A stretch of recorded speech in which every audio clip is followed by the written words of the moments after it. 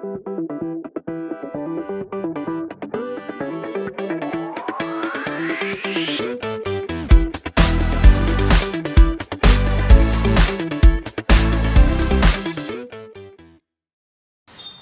नहीं आप लोग को याद है कि नहीं, 9th स्टैंडर्ड में बायोलॉजी में एक चैप्टर आप लोग ने पढ़े थे, हेरिडिटी एंड,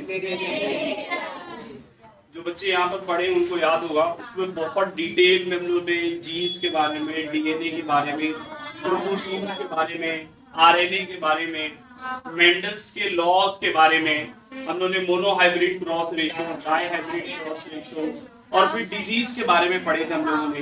याद आ रहा है Turner syndrome, Down syndrome, Clinton syndrome, sickle cell anaemia, ऐसी बहुत सारी डिजीज के बारे में भी उस चैप्टर के अंदर पढ़े थे। उसी चैप्टर का आगे का हिस्सा, या आप यूं बोल सकते हो कि उसी चैप्टर से लिंक एक और चैप्टर हम लोग को यहाँ पर अभी इसके अंदर पढ़ा है। बट ये चैप्टर दो हिस्से में डिवाइड है, समझ रहा है?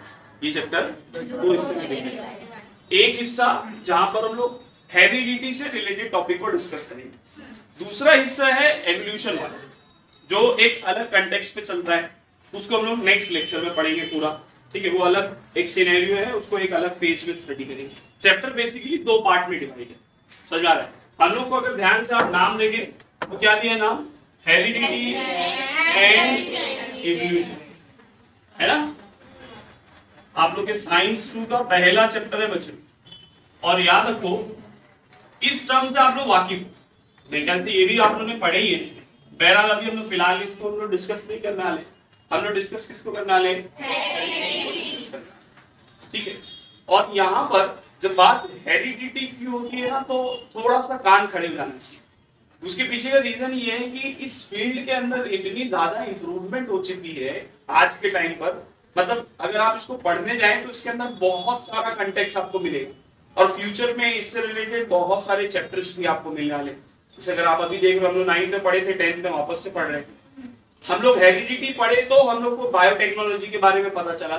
बायोटेक्नोलॉजी से रिलेटेड दो चैप्टर और है अपने 10th स्टैंडर्ड में, चैप्टर नंबर 7 और chapter number 8, introduction to microbiology और बायोटेक्नोलॉजी। ये दो चैप्टर हम लोग को वहां पर है। सिमिलरली आप लोग जब 11th पे जाओगे फिर से चैप्टर आएगा बायोटेक्नोलॉजी। 12th स्टैंडर्ड में आप लोग को 3 या 4 चैप्टर दिया बायोटेक्नोलॉजी के ऊपर। मतलब आप समझ रहे ना, जैसे जैसे स्टैंडर्ड्स बढ़ते जाएगी इस टॉपिक से रिलेटेड कंटेक्स्ट जो है ना, वो भी क्या होते चले जाएगा, बढ़ते चले जाएगा। तो आपको चाहिए कि हम लोग इसको अच्छे से समझें। अगर आप इसको अच्छे से नहीं समझोगे तो फ्यूचर में जब आप इसको पढ़ोगे तो आपको चीजें समझ में आने वाली समझ में आए। फिलहाल हम लोग को दो टर्म यहाँ से सीखना है। सबसे पहला तो हम लोग को ये पता होना चाहिए कि what is meant by heredity. किसी को याद है ये डेफिनेशन? हेरिडिटी का मतलब क्या होता है? हेरिडिटी का मतलब क्या होता है बच्चों?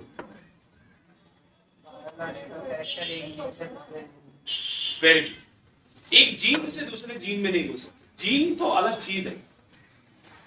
जब कैरेक्टर किसी एक जनरेशन से दूसरे जनरेशन में ट्रांसफर होते हैं, हम लोग उसको क्या बोलते हैं? हेरिडिटी। आसान भाषा में बोलूं तो transfer of character from one generation to. एक एग्जांपल है, बाप गोरा का बेटा भी गोरा है, तो ये जो स्किन का कलर है ये ट्रांसफर हुआ है ना, ये कैरेक्टर है जो एक जनरेशन से दूसरे जनरेशन में क्या हुआ है? ट्रांसफर। एक एग्जांपल और देते हैं, बाप के हेयर जो थे वो कर्ली थे, बेटे की भी हेयर कैसे? ये भी एक क्या था? कैरेक्टर था जो क्या हो रहा है? ट्रांसफर।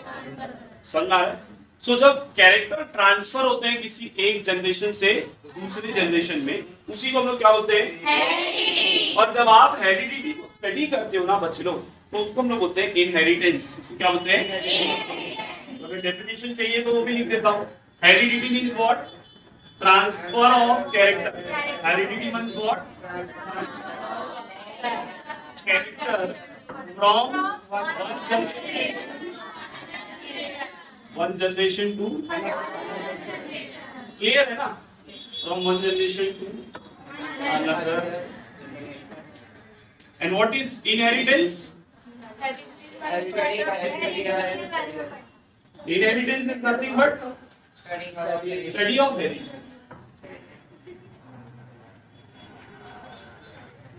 अब एक बात यहाँ पे और समझो,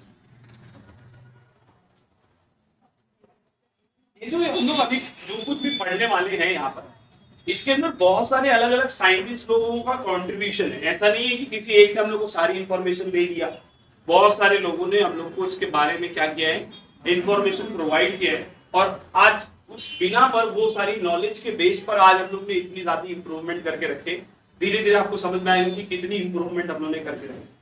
अगर मैं स्टार्टिंग करूं अराउंड 1866 में बच्चे लोग, अराउंड 1866 हम लोग को मेंडल्स के लॉज के बारे में पता चला था, जो आप लोगों ने 9th में पढ़े थे, याद है?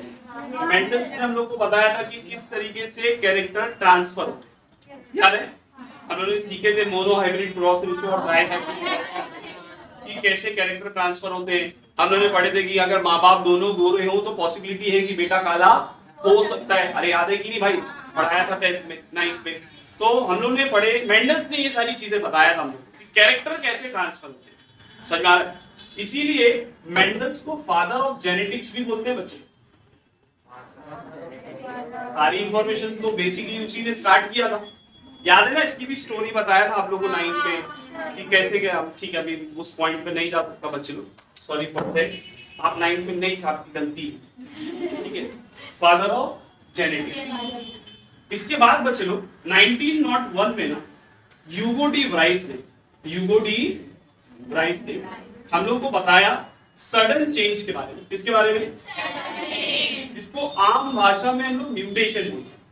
कोई ऐसी चीज जो उससे पहले वाली जनरेशन में ना हो बट उसके बाद वाली जनरेशन में हो, ऐसी चीज को हम लोग क्या बोलते हैं? म्यूटेशन। देखो, म्यूटेशन और वेरिएशन इन दोनों में फर्क है। वेरिएशन स्लो चेंज को बोलते हैं। वेरिएशन किसको बोलते हैं? Slow change. म्यूटेशन मतलब सडन, अचानक से हो। इससे पहली वाली जनरेशन में वो चीज नहीं थी बट नेक्स्ट जनरेशन में दिख रही है, तो ये म्यूटेशन हो गया। ये क्या हो गया? बट अगर वेरिएशन की बात करेंगे तो वो slow slow slow slow slow होता है। हम लोग वेरिएशन के बारे में डिटेल में पढ़ने वाले आगे चैप्टर में, तो उस पे नहीं जाएंगे। 1902 में वॉल्टर एंड सटन ने बच्चों, वॉल्टर एंड ये दोनों ने हम लोग को बताया, वॉल्टर एंड सटन ये बताया एक्चुअली कि क्रोमोसोम्स जो होते हैं ना वो पेयर्स में एग्जिस्ट करते हैं। किसमें एग्जिस्ट करते हैं? अगर आपको याद हो, हम लोगों ने पढ़े थे 9th स्टैंडर्ड में कि क्रोमोसोम्स ह्यूमन बॉडी के अंदर 46 होते हैं, याद आ रहा है कि? Chromosome exist in pairs. किसमें एग्जिस्ट करते हैं? Pairs. Chromosome exist in pairs. ये लोग ने ग्रासहॉपर के ऊपर स्टडी किए थे। किसके ऊपर? और वहां से देखो पता चला कि क्रोमोसोम किसमें एग्जिस्ट करते हैं? पेयर्स में एग्जिस्ट। ठीक है। इन 1946 अगर मैं ईयर वाइज सही बोलो 44 1944 में ट्रायो ऑफ साइंटिस्ट, ट्रायो मतलब 3 साइंटिस्ट थे, आपके रूप में नाम दिया हुआ है। मैकलॉयड दिया है, ऑस्वेल्ड एवरी दिया है, मैकलीन मैकार्टी दिया है और कॉलिन मैकलॉयड दिया है। ये तीनों साइंटिस्ट ने हम लोग को प्रोटीन्स, नाम डरो मत, नाम जो मेरे साइंटिस्ट लोग का नाम था वो, ठीक है, ये तीनों ने हम लोग को प्रूफ करके, या ये तीनों ने हम लोग को बताया कि प्रोटीन कैसे बनता है। ये तीनों ने हम लोग को क्या बताया? समझ में आ रहा है? 1944 में ट्रायो ऑफ साइंटिस्ट, नहीं सॉरी, ये तीनों ने प्रोटीन सिंथेसिस का नहीं बताया। ये लोग ने हम लोग को बताए थे कि जो जेनेटिक मटेरियल होता है ना वो कौन कैरी करता है? Gene carry. सही बोल रहा हूं? जेनेटिक मटेरियल कौन कैरी करता है? जीन। आपको याद हो, अगर 9th स्टैंडर्ड में मैंने आप लोग को बताया था, पुराने टाइम पर लोग बिलीव करते थे कि जेनेटिक मटेरियल को ट्रांसफर प्रोटीन करता है। कौन करता है? बाद में जैसे जैसे नॉलेज बढ़ते गई, लोगों के पास एक्सपीरियंस आते गया, रिसर्च होने लगी, तो ये बात हम लोग को पता चला कि जेनेटिक मटेरियल कौन कैरी करता है? Genetic material carried by gene. Everybody knows कि जीन्स किसको बोलते हैं? ये पहनने वाला जीन्स नहीं है, ठीक है। मैं कुछ देर बाद इस पर भी आऊंगा। अभी जीन, डीएनए और क्रोमोसोम पर भी थोड़ा सा हम लोग डिस्कशन करेंगे। फिलहाल वो बात की बात है।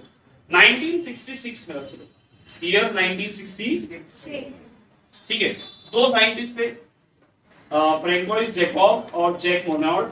फ्रैंकोइस जैकब एंड 61 है, इसीलिए मैंने स्टार्टिंग में बोला कि मेरे को ईयर याद नहीं। Jacques Monod. बहरहाल हम लोग हिस्ट्री नहीं पढ़े, साइंस।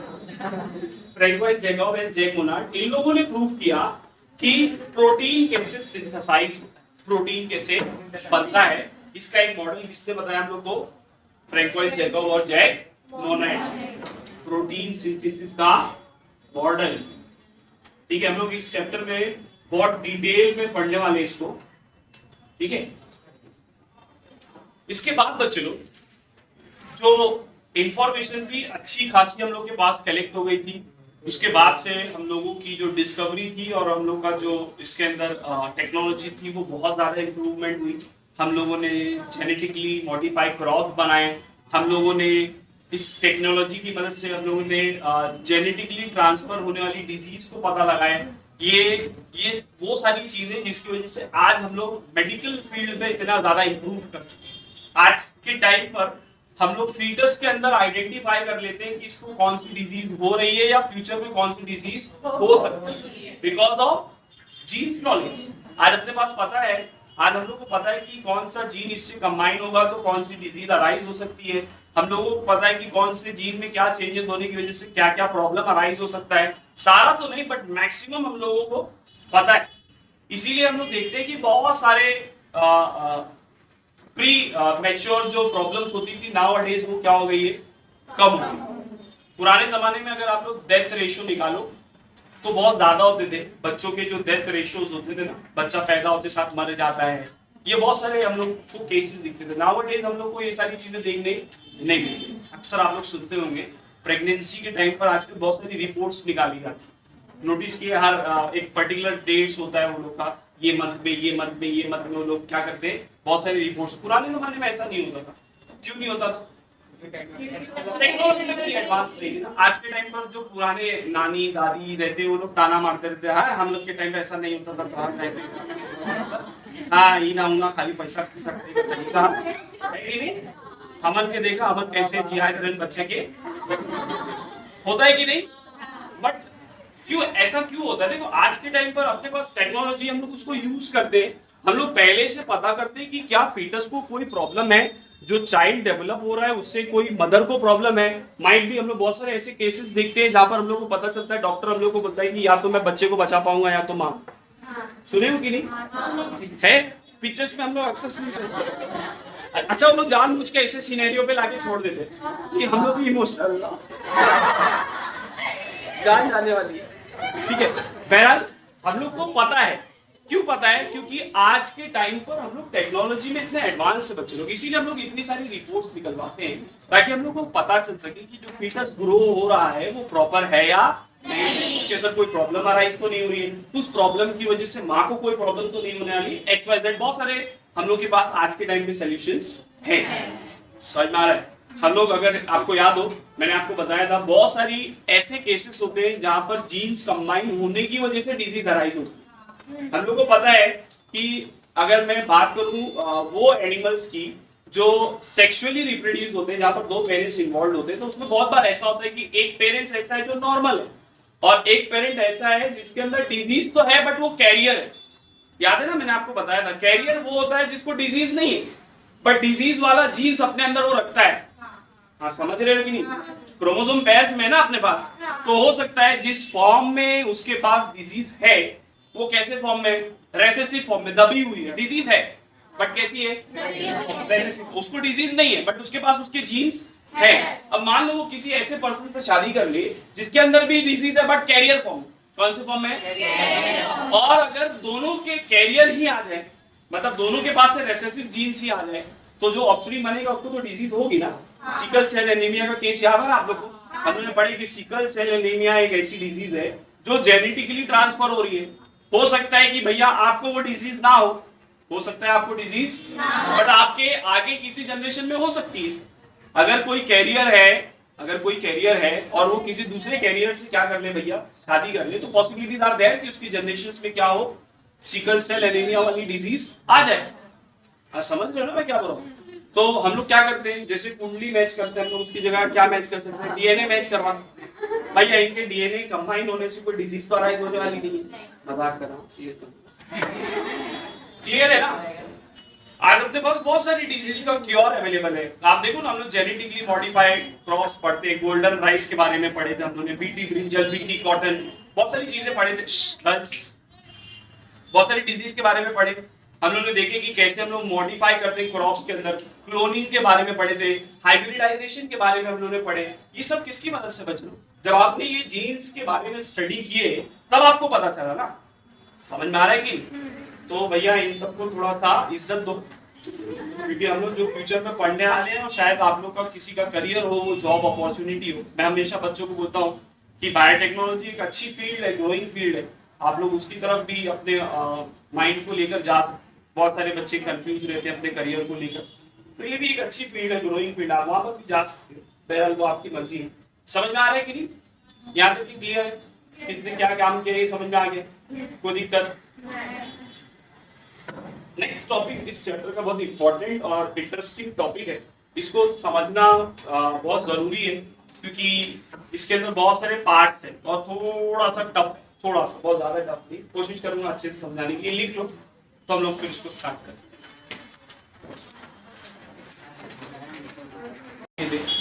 हेरिडिटी क्या होता है, इनहेरिटेंस क्या होता है। हमने एवोल्यूशन के बारे में कोई भी पार्ट डिस्कस नहीं किया। मैंने बताया था कि चैप्टर 2 हिस्से में डिवाइड है। तो पहला हिस्सा हम लोग को हेरिडिटी से पढ़ना, उसमें भी हम लोग ने देखे थे कि किस तरीके से अलग अलग साइंटिस्ट ने टूवर्ड्स द जेनेटिक्स या टूवर्ड्स द हेरिडिटी हम लोगों को इंफॉर्मेशन पास ऑन, है ना। हम लोगों ने बहुत सारे साइंटिस्ट का नाम देखे थे, मेंडल्स के बारे में पढ़े, ह्यूगो डी राइस के बारे में पढ़े, वाल्टन सटन के बारे में पढ़े, ट्राई ऑफ साइंटिस्ट के बारे में पढ़े, याद आता है कि फ्रैंकोइस, जैकब और जैक मोनाइट के बारे में पढ़े। और फिर देखे थे कि किस तरीके से जेनेटिक्स के एप्लीकेशंस आज के टाइम पर हम लोग यूज कर रहे हैं, हाइब्रिडाइजेशन के फॉर्म में यूज कर रहे हैं, हम लोग जेनेटिकली मॉडिफाइड क्रॉप्स को यूज कर रहे हैं, डिजीज को हम लोग आइडेंटिफाई कर रहे हैं, हम लोग जेनेटिकली ट्रांसफर होने वाली डिजीज को क्योर कर रहे हैं, उसको पता कर सकते हैं हम लोग कि कैसे वो फॉर्म हो रही है और किस तरीके से उसको कंट्रोल कर सकते हैं, वगैरह वगैरह। बहुत सारी चीजें इसके अंदर डिस्कस किए थे। अब जो नेक्स्ट टॉपिक है वो इस चैप्टर का एक इम्पॉर्टेंट हिस्सा, इसके ऊपर बहुत सारे टाइप के क्वेश्चन बन सकते हैं। तो उसको स्टार्ट करने से पहले थोड़ा सा हम लोग डीएनए, आरएनए और जीन और ये सब के बारे में थोड़ा सा समझ लें, फिर हम लोग उस टॉपिक को स्टार्ट करेंगे। अगर आप लोग को याद हो बच्चों, 9th स्टैंडर्ड में आप लोग ने पढ़े थे कि DNA is known as master molecule of the body. DNA के पास अपने बॉडी की सारी इंफॉर्मेशन होती है। अब आप बोलेंगे सारी इंफॉर्मेशन का मतलब क्या है सर? आपके बॉडी का हर एक फीचर डीएनए को पता हो, आप कैसे दिखोगे, कैसे बनोगे, ये सारा प्री डिटरमाइन होता है आपके डीएनए के पास। समझना है? इसीलिए बोलते हैं कि डीएनए मास्टर मॉलिक्यूल, हर इंफॉर्मेशन है उसके पास। समझना है? हम लोग ने पढ़े थे कि ह्यूमन बॉडी के अंदर जो डीएनए है वो डबल हेलिकल स्ट्रक्चर होता है, याद आ रहा है? टेलीफोन का वायर देखिए कैसे कॉइल्ड होता है, वैसा सुपर कॉइल्ड होता है, कुछ इस तरीके का उसका स्ट्रक्चर दिखता है, याद आ रहा है? उसमें ऐसे स्ट्रैंड्स बने होते हैं। हम लोग ने पढ़े थे कि यहाँ पर अगर एडेनिन है तो यहाँ पर क्या होता है? थाइमिन। यहाँ अगर ग्वानाइन है तो यहाँ होता है साइटोसिन। अगर यहाँ साइटोसिन है तो यहाँ होता है ग्वानाइन। अगर यहाँ थाइमिन है तो यहाँ होता है एडेनिन। याद आ रहा है कि नहीं?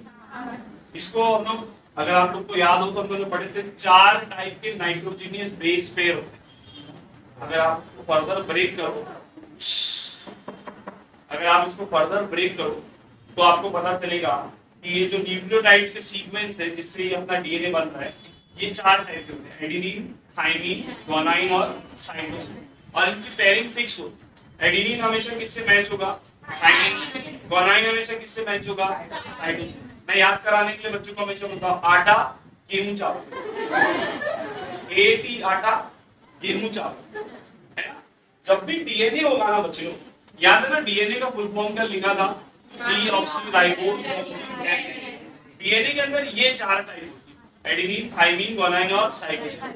बट अगर आरएनए हुआ ना, क्या हो गया बच्चे लोग? तो वहां पर इंस्टेड ऑफ थाइमिन यूरेसिल होगा। क्या होगा? मतलब ए के साथ में यू आएगा और जी के साथ में तो कौन रहेगा? सी। समझ में आ गया?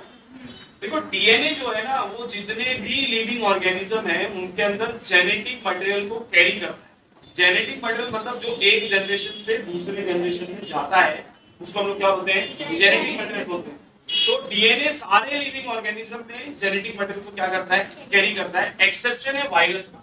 एक्सेप्शन किसका है, वायरसेस के अंदर आरएनए जेनेटिक मटेरियल को क्या करता है, कैरी करता है। समझ में आ रहा है? अब आप बोलेंगे क्या सर हम लोग के अंदर आरएनए है? यस, अपने बॉडी के अंदर भी आरएनए है, बट वो अपने बॉडी के अंदर जेनेटिक मटेरियल को कैरी नहीं करता, उसका अलग काम है। प्रोटीन बनाने में हेल्प करता है, वो बाद में देखेंगे कि कैसे हेल्प करता है। यहां तक भी क्लियर? अरे कोई डाउट है क्या बच्चों? हम लोग ने पढ़े कि यही डीएनए जब सेल डिवाइड होता है ना, हम लोग पता है अपने बॉडी के अंदर सेल डिवाइड होते हैं, नए सेल बनते हैं, तो ड्यूरिंग दैट प्रोसेस यही डीएनए अपने आप को कंडेंस करता है। एक्चुअली डीएनए ऐसा मैंने बताया हूं ना, डीएनए सेल के अंदर अगर आप देखेंगे न्यूक्लियस के अंदर तो ऐसे एक धागे के जैसा पड़ा होता है, इसको बोलते हैं क्रोमेटिन फाइबर। क्या बोलते हैं इसको? ऐसा दिखेगा आपको, नॉर्मली डीएनए ऐसा दिखता है। बट जब सेल डिवाइड होने वाला होगा ना बच्चों, जब सेल अपने आप को क्या करता है, 1 से 2 या 2 से 4 बनाने वाला है, तो उस टाइम पर ये जो डीएनए, ये जो थ्रेड लाइक स्ट्रक्चर है, ये अपने आप को कंडेंस करके ऐसे शेप में कन्वर्ट करता है। और इसको हम लोग क्या बोलते हैं, क्रोमोसोम। इसको हम लोग क्या बोलते हैं, याद होगा हम लोग इसको भी पढ़े थे, हम लोग पढ़ते हैं। इसको हम लोग बोलते हैं arms of the chromosomes, P arms और क्यू आर्म्स बोलते हैं, पी आर्म्स। इसको हम लोग बोलते थे सेंट्रोमियर, याद आ रहा है कि नहीं? या प्राइमरी कंस्ट्रिक्शन भी बोलते हैं। क्या बोलते हैं? प्राइमरी, मैं प्राइमरी कंस्ट्रिक्शन। क्या बोलते हैं इसको? Primary constriction. सेंट्रोमियर या फिर इसका दूसरा नाम क्या है, प्राइमरी कंस्ट्रिक्शन। अब जरा यहाँ ये जो डीएनए का ये जो आर्म है ना बच्चों, सॉरी क्रोमोसोम का ये जो आर्म है, यही एक्चुअली अपना डीएनए। देखो जरा मैं कुछ इसको इस तरीके से बना दूं,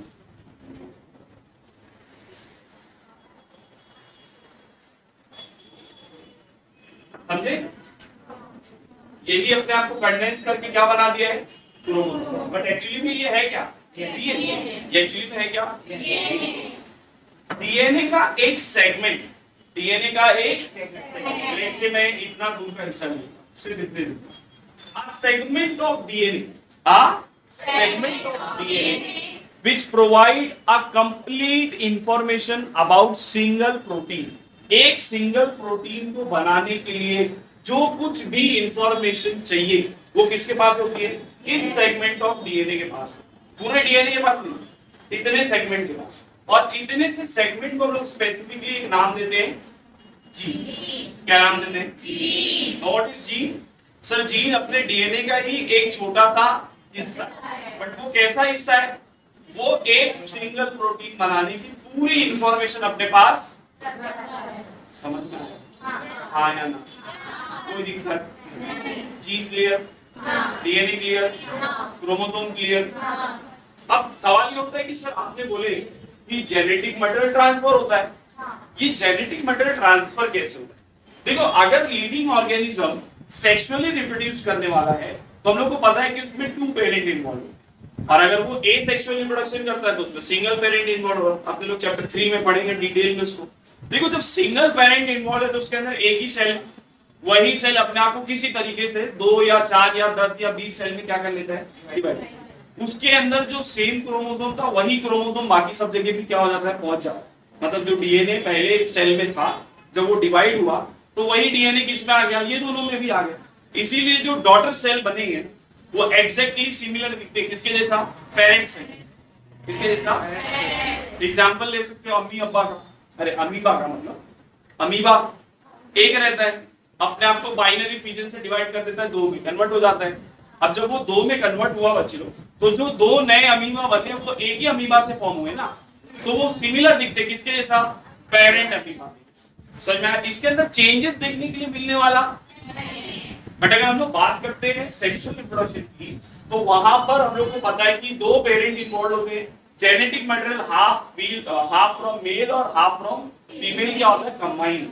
इसीलिए वेरिएशन देखने के लिए मिलता है। आप अपने आप को देखो, आपके अंदर बहुत सारे ऐसे फीचर्स हैं जो आपके पेरेंट्स से मैच होते हैं, but at the same time हम लोग के अंदर ऐसी भी कुछ कैरेक्टरिस्टिक्स है जो ना हम लोग के पेरेंट्स से मैच, ये कहां से है? ये बिकॉज ऑफ वेरिएशन, ये बिकॉज ऑफ वेरिएशन।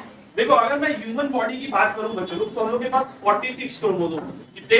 46। या आप यूं बोल सकते हो we have 23 pairs of chromosome. हमेशा पेयर्स में एग्जिस्ट करते हैं, सिंगल नहीं। तो आप 23 पेयर बोलो या 46 क्रोमोसोम बोलो, ठीक है ना। अब होता क्या है, जब ह्यूमन बॉडी की अगर मैं बात करूं तो जब ह्यूमन फॉर्म होने वाला है तो वहां पर आधा क्रोमोसोम किसकी तरफ से आएगा? मेल की तरफ से, और आधा किसकी तरफ से आएगा? फीमेल। मेल की तरफ से स्पर्म आता है, मेल की तरफ से क्या आता है? फीमेल की तरफ से क्या आता है? ओवम। स्पर्म और ओवम अपने बॉडी के ऐसे सेल होते हैं जिनके अंदर नंबर ऑफ क्रोमोसोम आधे होते हैं। नंबर ऑफ क्रोमोसोम्स क्या होते हैं? बाकी बॉडी के कोई भी सेल को आप ले लो, उन सब के अंदर नंबर ऑफ क्रोमोसोम्स कितने हैं? They are known as somatic cell. इसको क्या बोला जाता है? जिसके अंदर 46 क्रोमोसोम होंगे, 46 होंगे, उसको क्या बोलते हैं हम लोग? सोमैटिक सेल, या फिर डिप्लॉइड सेल। क्या बोलते हैं इसको? डाई। डाई है ना उसमें, डिप्लॉइड में डाई का मतलब दो, डाई का मतलब उसके अंदर क्रोमोसोम डबल है। क्रोमोसोम्स क्या है? डबल इन द सेंस मतलब 23 का डबल 46।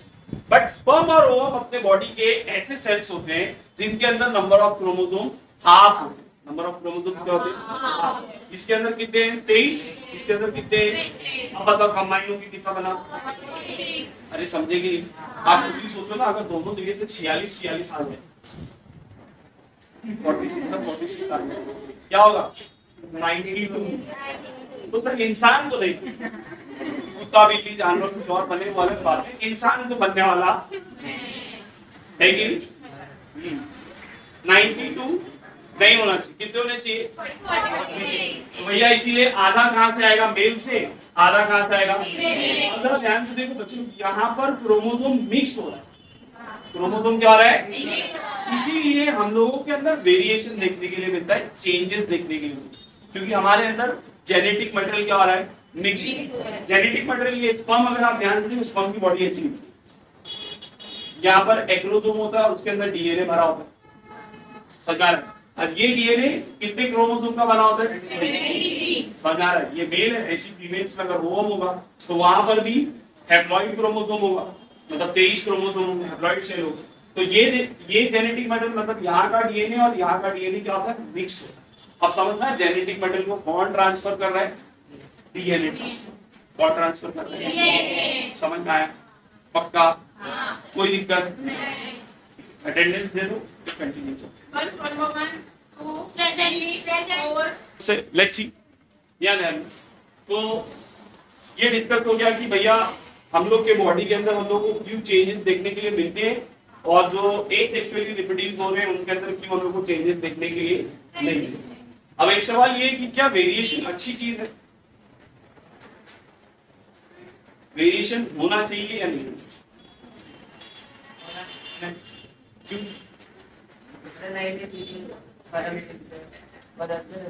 बदलते हैं। अच्छा, लोग एक जैसे नहीं दिखेंगे सर, हम लोग को फिर पहचानने में आसानी, नहीं तो चाइना वाला जैसा हाल हो जाएगा सर, बोलेंगे कि ये कौन है, ये कौन है, सब तो एक ही जैसे दिखेंगे। सही है? देखो वेरिएशन से क्या होता है ना बच्चों, जब इंसानों के अंदर या कोई भी चीज के अंदर जब वेरिएशन आता है ना, तो वो अपने आप को अडेप्ट करने की कोशिश करता है। समझ में आ रहा है? वेरिएशन एक स्लो प्रोसेस है। वेरिएशन कैसा प्रोसेस है? और इसी को आगे चल के हम लोग कोरिलेट करेंगे एवोल्यूशन से। समझ में आ रहा है? तो वेरिएशन होगा तो वो बेनिफिशियल है। वेरिएशन से अपने सर्वाइवल के चांसेस क्या हो जाते हैं? बढ़ जाते हैं। समझ में आ रहा है? अरे कोई एक ही जनरेशन है कंटिन्यू अगर चलती रहे तो आप उसको परख लेंगे ना, आप समझ जाएंगे कि उसका बिहेवियर कैसा है, तो आप उसको मारने में क्या होगा? आसानी हो जाएगी। वो याद है वो तुम लोग ऐसा गेम खेलते थे क्रॉस वाला बचपन में, तो हम लोग को उसकी टेक्निक पता चल गई, फिर हम लोग क्या करते थे, हमेशा ट्राई करके छोड़ देते थे, और कोई नया मिला तो उसको 2 मिनट में हरा देते थे। याद है कि नहीं? क्योंकि आपको पता था कि यही गेम करना है। तो नेचर के साथ में भी ऐसे ही है, अगर आप अपने आप को अडेप्ट नहीं करोगे तो आपसे पहले जो ऑर्गेनिज्म है वो अपने अंदर चेंजेस लेकर आएंगे और आपकी जगह वो चले आएंगे। समझना? That's why variation is important. अगर वेरिएशन होगा तो चांसेस जो है सर्वाइवल के वो क्या होंगे? ज्यादा होंगे। क्लियर? ये मिटा दूं?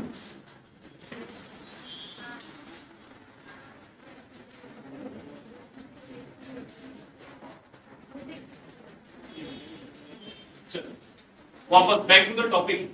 हम लोग बात कर रहे थे बच्चों प्रोटीन सिंथेसिस, किसकी बात कर रहे हैं? ये एक इंपॉर्टेंट क्वेश्चन है, 5 मार्क का क्वेश्चन है। कभी कभी इसी के ऊपर डायरेक्ट क्वेश्चन आ सकता है, कभी कभी हम लोग को शॉर्ट क्वेश्चंस बनाकर पूछ सकता है। मतलब 5 सब क्वेश्चन दे देगा और बोलेगा कि आइडेंटिफाई करो या उसके आंसर्स बताओ, इस तरीके से भी, तो उसको ध्यान में रखो। हम लोगों ने पढ़े कि अपने बॉडी के अंदर 2 चीजें हैं, डीएनए है और RNA. DNA deoxyribose nucleic acid, RNA ribose. DNA और आरएनए में फर्क ये है कि सर डीएनए में हम लोग को थाइमिन मिलता है और आरएनए में थाइमिन की जगह हम लोग को क्या मिल जाएगा? यूरेसिल। पेयरिंग याद रखिएगा, आटा गेहूं चावल। एडेनिन हमेशा थाइमिन से मैच होगा, गुआनिन हमेशा साइड में। और अगर आरएनए हुआ तो थाइमिन की जगह क्या हो जाएगा? यूरेसिल। क्लियर है ना? देखो जब बात करते प्रोटीन की, प्रोटीन अपने बॉडी में कैसे बनते, सवाल ये उठता है कि सर हम लोग तो बात जेनेटिक्स की कर रहे थे, हम लोग बात किसकी कर रहे थे? तो हम लोग प्रोटीन सिंथेसिस क्यों पढ़, है ना? आप जीन्स पे बात करो ना, आप डीएनए पे बात करो, आप सडनली प्रोटीन पे बात लेकर आ गए। तो एक बात तुमको याद रखो बच्चों, protein are known as body building elements. Proteins को क्या बोलते हैं? जो कि बॉडी बिल्ड करने का काम किसका होता है? प्रोटीन का। समझना है? और प्रोटीन अपने बॉडी के एक एसेंशियल न्यूट्रिएंट्स, इसीलिए हम लोग इसको यहाँ पर क्या कर रहे हैं? डिस्कस कर रहे हैं। मैंने कुछ देर पहले कल के लेक्चर में बताया भी था कि पुराने टाइम पर लोग इस बात को बिलीव करते थे कि प्रोटीन जेनेटिक मटेरियल को क्या करता है? ट्रांसफर करता है, ना कि डीएनए। वो तो बाद में रिसर्च हुई और पता चला ना, पहले तो लोग किसको मानते थे? प्रोटीन। क्लियर? अब देखते हैं कि प्रोटीन कैसे बनता है। नॉर्मली हम लोग के दिमाग में ये चीज बैठी हुई है कि सर हम लोग तो खाना जो खाते हैं उससे प्रोटीन मिल जाता है। सही बात है, आप जो खाना खाते हैं उसके अंदर प्रोटीन होता भी है, तो क्या हम लोग उसी प्रोटीन को यूटिलाइज करते हैं क्या? नहीं। देखो जिस पार्ट में या जिस फॉर्म में आपको प्रोटीन मिल रहा है ना बच्चों, वो फॉर्म में आपकी बॉडी उसको यूटिलाइज नहीं कर सकती। एग्जांपल देता हूं, आपके बॉडी को आयरन की जरूरत है, होता है अपने बॉडी के अंदर आयरन की क्या होती है? कमी होती है, बहुत बार आप लोग सुनते हैं। तो आप क्या करते हो? अपने घर की इडली खा लेते हैं? नहीं खाते हो। क्यों? सर वो जो फॉर्म में अवेलेबल है वो फॉर्म में क्यों नहीं चाहिए? मेरे को दूसरा फॉर्म चाहिए। सही बोल रहा हूँ कि नहीं? है तो वो भी आयरन, ये बात सही है कि मेरे बॉडी के अंदर जो है वो भी आयरन है और वो भी आयरन है, बट जिस फॉर्म में मेरे बॉडी के अंदर रिक्वायरमेंट है वो फॉर्म वो वाला नहीं है। समझ में आ रहा है कि हाँ के ना बच्चे? सिमिलरली हम लोगों को जो प्रोटीन चाहिए अपनी बॉडी को बिल्ड करने के लिए, वो प्रोटीन आपको खाने से मिलने वाला नहीं। आप बोले अंडा खा लिया प्रोटीन मिल गया, बात खत्म। नहीं, ऐसा नहीं भैया। अंडे में से जो प्रोटीन मिलने वाला है वो अंडे वाला प्रोटीन है, आपकी बॉडी वाला प्रोटीन नहीं। उससे आपके अंडे नहीं बनेंगे। समझ में आ रहा है? उसके लिए आपको क्या करना पड़ेगा? उसको तोड़ना पड़ेगा और फिर उससे अपने हिसाब से अपने रिक्वायर्ड प्रोटीन को क्या करना पड़ेगा? फॉर्म। समझ आया? हम लोगों ने पढ़े हैं डाइजेशन के बारे में। अपने बॉडी के अंदर पूरा एक प्रोसेस होता है डाइजेशन वाला, याद है कि नहीं भैया? तो जब हम लोग खाने को डाइजेस्ट करते हैं बच्चों, तो हम लोग हर खाने को सिंपलर सब्सटेंस में क्या कर देते हैं? तोड़ देते हैं। जैसे अगर आपने खाना खाया तो आप उसको ग्लूकोज में तोड़ दोगे, आप उसको अमाइनो एसिड्स में तोड़ दोगे, ऐसे अलग अलग छोटे छोटे पार्ट्स में हम लोग क्या कर देते हैं? तोड़ देते हैं। ना प्रोटीन्स क्या होते हैं? प्रोटीन अमाइनो एसिड से बनते हैं। किससे बनते हैं? Proteins are made up of amino. बहुत सारे अमाइनो एसिड को मैं जब ज्वाइन करूंगा तो क्या बनेगा बच्चों? प्रोटीन बनेगा। क्या बनेगा? तो भैया आपने तो प्रोटीन खा लिए, आपने तो प्रोटीन, अब वो प्रोटीन को अपनी बॉडी क्या करती है? तोड़ देती है। किसमें? अमाइनो। किसमें तोड़ दिए? और फिर अपने हिसाब से अपनी बॉडी को कौन सा प्रोटीन चाहिए वो प्रोटीन अपनी बॉडी में क्या करती है? तैयार करती है, बनाती है। समझा? और हम लोग को यही सीखना है कि ये प्रोटीन बनता है। क्लियर? ठीक, स्टार्ट कर दे। प्रोटीन सिंथेसिस, इसका एक और नाम है, ऐसे तो 2 नाम और है। पहला नाम जो आपके बुक में दिया है ट्रांसक्रिप्शन, ट्रांसलेशन एंड ट्रांसलेशन, या फिर हम लोग इसको सेंट्रल डॉगमा भी बोल सकते हैं। क्या बोल सकते हैं? डॉग की मां, ऐसा नहीं, dogma, central dogma. Protein synthesis बोलो, ट्रांसक्रिप्शन, ट्रांसलेशन या ट्रांसलोकेशन बोलो, या फिर सेंट्रल डॉग्मा। अब ये है क्या सर, जरा इसको डिटेल में समझिए। देखो मैंने अभी कुछ देर पहले आपको बताया था अपने बॉडी की सारी इंफॉर्मेशन किसके पास होती है, डीएनए। और मैंने कुछ देर पहले जीन की इंफॉर्मेशन भी बताया था। जीन क्या करता है, प्रोटीन बनाने की इंफॉर्मेशन। जीन क्या करता है, मतलब अगर आपको प्रोटीन बनाना है तो आपको वो इंफॉर्मेशन तो चाहिए ना। आप समझ रहे हैं ना मैं क्या बोल रहा हूँ। अगर भैया आपको एग्जाम पास करने का है तो आप बोलोगे ना सर पहले नॉलेज तो दो, बुक तो दो, तो पढ़ेंगे ना तो पास होंगे। सिमिलरली अगर मुझे प्रोटीन बनाना है तो आप आपकी बॉडी बोलेगी ना भैया कौन सी प्रोटीन बनाना है, पहले बताओ तो सही। उसके लिए जो सामान लगेगा वो लाके तो दो, तब मैं बनाऊंगा ना। समझ में आ रहा है कि? So the process of formation of protein, the process of bye DNA, bye DNA क्यों बोला, डीएनए के पास इंफॉर्मेशन है ना। Gene is the segment of DNA. Gene क्या है, डीएनए का हिस्सा है ना। तो जीन बोलूं या डीएनए बोलूं, the process of formation of protein bye DNA with the help of RNA, with the help of is known as what, central dogma. इसी को हम लोग क्या होते हैं, अपने बॉडी के अंदर प्रोटीन बनाना, किधर से, डीएनए से, किसकी मदद से, आरएनए। इस प्रोसेस को हम लोग क्या बोलते हैं, क्लियर। सेंट्रल डॉग्मा समझ में आ गया। पूरे प्रोटीन बनाने के प्रोसेस को हम लोग क्या बोलने वाले, सेंट्रल डॉग्मा। उसको 3 हिस्से में तोड़कर हम लोग क्या करने वाले, स्टडी करना। देखो नॉर्मली सेल ऐसा दिखता है, ये सेल है, ये न्यूक्लियस है, ठीक है। न्यूक्लियस के अंदर पोर्स होते हैं, क्या होते हैं, ओपनिंग्स होती है इसके अंदर। और इसके अंदर क्या प्रेजेंट है, अपना डीएनए प्रेजेंट है। इसके अंदर क्या प्रेजेंट है बच्चों, डीएनए के हिस्से के पास क्या है, प्रोटीन बनाने की इंफॉर्मेशन है। तो पहले उस इंफॉर्मेशन को निकालना पड़ेगा डीएनए में से। तो होता क्या है, हम लोग का जो डीएनए है जिसको हम लोगों ने पढ़े थे कुछ दिन पहले कि वो डबल हेलिकल स्ट्रक्चर में होता है ना, ऐसा कुछ। इसको ना अनवाइंड किया जाता है, ये जुड़ा हुआ है ना, इसको क्या करते हैं, अनवाइंड, मतलब इसको खोल देते हैं। अब खोलने के लिए एक एंजाइम चाहिए। उस एंजाइम के बारे में अपने को बुक में कुछ भी दिया हुआ, मैं फिलहाल सिर्फ नाम बता रहा हूँ, आपको याद भी नहीं करना उसका नाम, हम लोग पढ़ रहे हैं इसके लिए बोलते जा रहा हूँ खाली। ये लोग आपस में कंबाइन है, ये लोग आपस में क्या बच्चे लोग, यहाँ पर एक एंजाइम आता है, नाम नहीं लिखूंगा उसका, आरएनए पॉलीमरेज, क्या नाम है उसका। वो इस डीएनए को अनवाइंड कर देता है, ओपन कर देता है। क्या कर देता है, लेट्स से मैं बोलता हूँ कि भैया ऐसा कुछ अब स्ट्रक्चर दिखेगा ओपन होने के बाद से,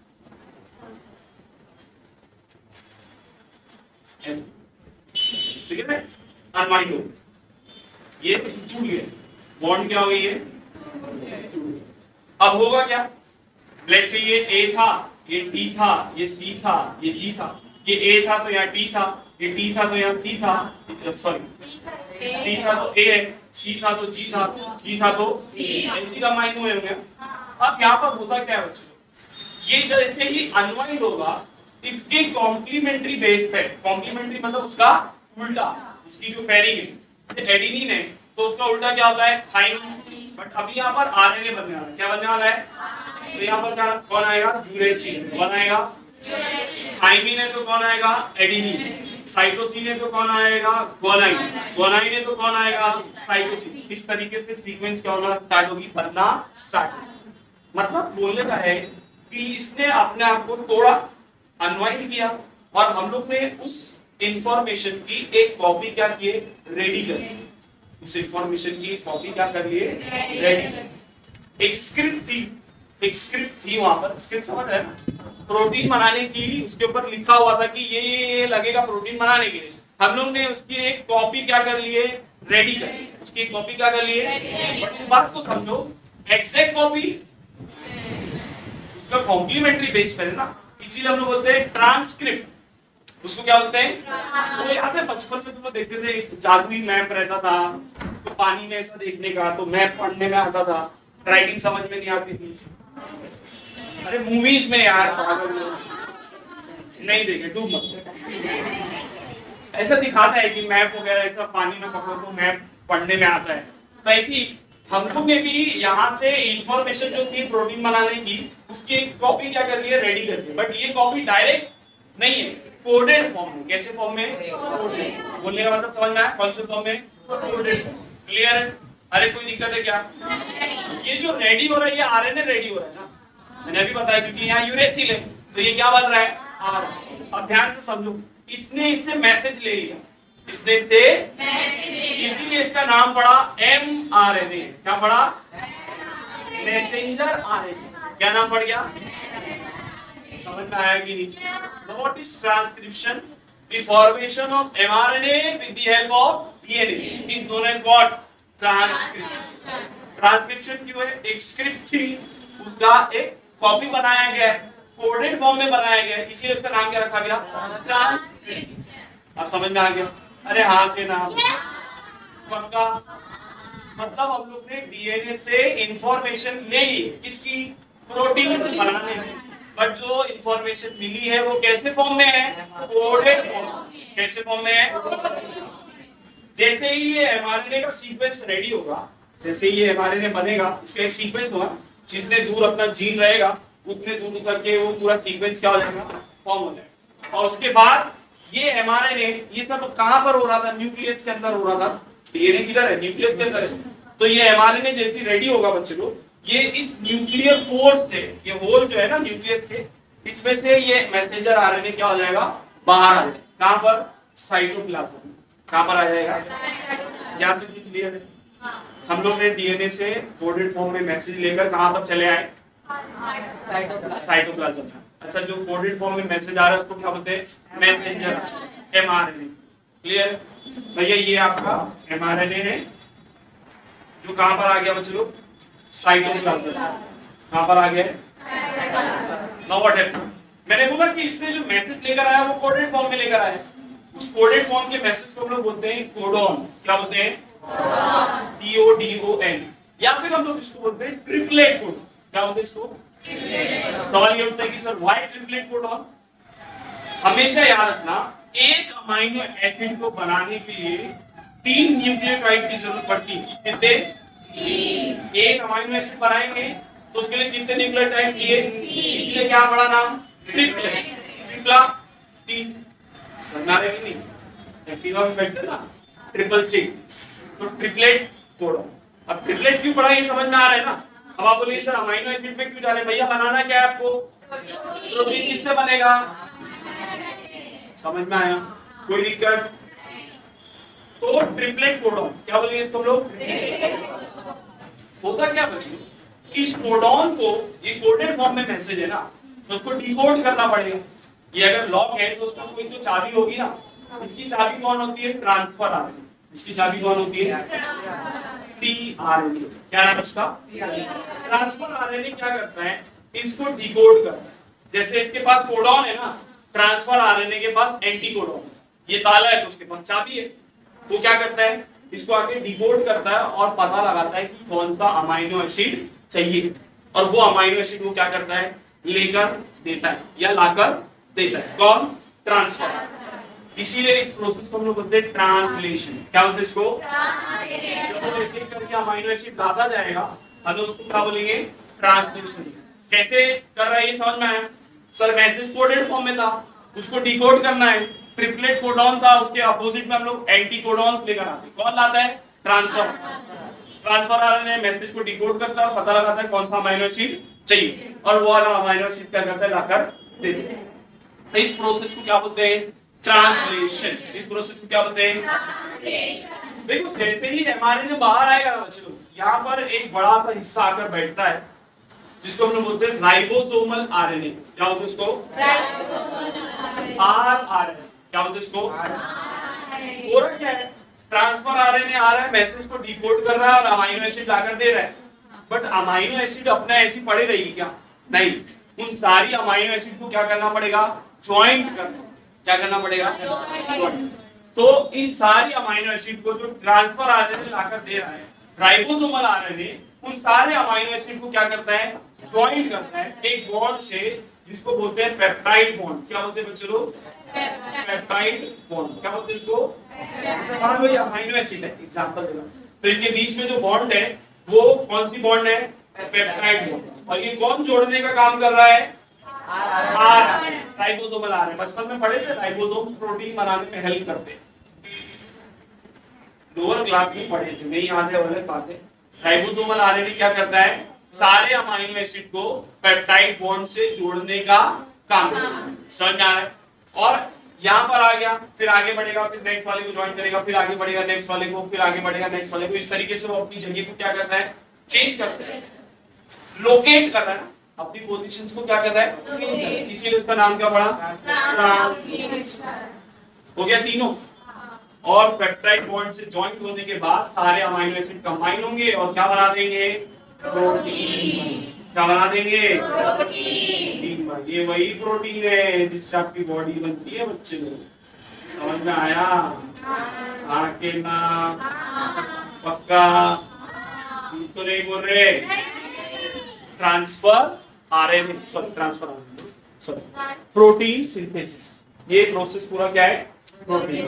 इस तरीके से प्रोटीन पूरा क्या होता है बच्चे लोग? फॉर्म होता है। कभी कभी क्या होता है ना, इस सीक्वेंस में थोड़ा सा चेंजेस होता है। देखो ट्रांसफर आरएनए ना, कुछ मैं उसका स्ट्रक्चर बना रहा हूँ सिर्फ बताने के लिए। ऐसा कुछ दिखता है, हेयरपिन मॉडल। आपके बुक में उसका डायग्राम भी दिया। ये तीन है ना, ये तीन है। यहाँ पर अमीनो एसिड होता है, यहाँ पर क्या होता है? ये अपना ट्रांसफर आरएनए आएगा, उस पर बैठेगा, इसको डिकोड करेगा, अमीनो एसिड दे देगा। फिर दूसरा आएगा, फिर अमीनो एसिड, फिर तीसरा आएगा, फिर अमीनो एसिड। इन सारे अमीनो एसिड को राइबोसोमल आरएनए क्या कर देगा? पेप्टाइड बॉन्ड से ज्वाइन करेगा और क्या बना देगा? प्रोटीन बना देगा। हो गया कंप्लीट। कभी कभी ना मैसेज को जब वो लोग डिकोड करते हैं तो उसमें क्या हो जाती है? थोड़ा सा चेंज हो जाता है। मतलब टी की जगह एडिनिन था तो उसका उल्टा क्या? यूरेसिल। थाइमिन तो है, यूरेसिल होगा। कभी कभी उसमें क्या होता है? दिक्कत होती है। यूपी का जी आ बॉडी के अंदर फिर क्या होगा? चेंजेस, डिजीज अराइज, सिंड्रोम जिसको आप बोल सकते हैं। समझ आ रहा है? इसको बोलते हैं म्यूटेशन। इसको क्या बोलते हैं? Sudden change. इसको लोग क्या बोलेंगे? इससे पहले वाली जनरेशन में वो नहीं था, बट इस जनरेशन में वो देखने के लिए मिल रहा है, इसीलिए उसको लोग क्या बोलते हैं? Sudden change. अब एक बात याद रखो, टोटल 64 टाइप की कोडिंग्स होती है। कितने टाइप की? मतलब कौन सी कोडिंग कौन सा अमीनो एसिड देगी हम लोग को ये भी पता है आज के टाइम में। देखो कितना टेक्नोलॉजी हम लोग एडवांस है। और खुशी की बात ये कि एक इंडियन ओरिजिन साइंटिस्ट थे जिनका नाम था डॉक्टर हरगोविंद खुराना। उन्होंने हम लोग को 20 अमीनो एसिड के बारे में इंफॉर्मेशन दी थी। मतलब हम लोग को ये बताए थे कि कौन सी कोडिंग कंबाइन होगी तो ये वाली अमीनो एसिड बनेगी। ऐसी 20 अमीनो एसिड की इंफॉर्मेशन किसने दिया था? डॉक्टर हरगोविंद खुराना। और इस नोबेल वर्क के लिए उनको नोबेल प्राइज दिया गया। और मैं नोबेल प्राइज पता है ना सबको क्या होता है? सर मेरे को तो फिल्म फेयर पता था, ऑस्कर पता था, ये कौन सा प्राइज होता है? साइंटिस्ट लोग जो ऐसा कोई काम करे जिससे इंसानियत का भला हो पाए, समझ आ रहा है? उसको नोबेल प्राइज दिया जाता है। हर किसी को नहीं मिलता है। जैसे मेंडेलीव को नहीं मिला था, है ना? मेंडेलीव ने कितना अच्छा काम किया, उसको नहीं मिला। बट डॉक्टर हरगोविंद खुराना ने 20 अमीनो एसिड की इंफॉर्मेशन बताया था। बताए थे डॉक्टर, पहले तो नाम में डॉक्टर, तो 20 अमीनो एसिड की इंफॉर्मेशन बताए थे, इसीलिए उनको नोबेल प्राइज दिया। क्लियर है बच्चों? पक्का? कोई दिक्कत? टीआरएनए आया था, ये रहता है पहले से रहता है। टीआरएनए और आरआरएनए अपने यहाँ ध्यान। तो ये टॉपिक था बच्चे लोग कि अपने बॉडी के अंदर प्रोटीन कैसे बनता है, और हम लोग ने उसके अंदर बहुत सारी चीजें सीखे। हम लोग सेंट्रल डॉगमा के बारे में पढ़े, हम लोग ने ट्रांसक्रिप्शन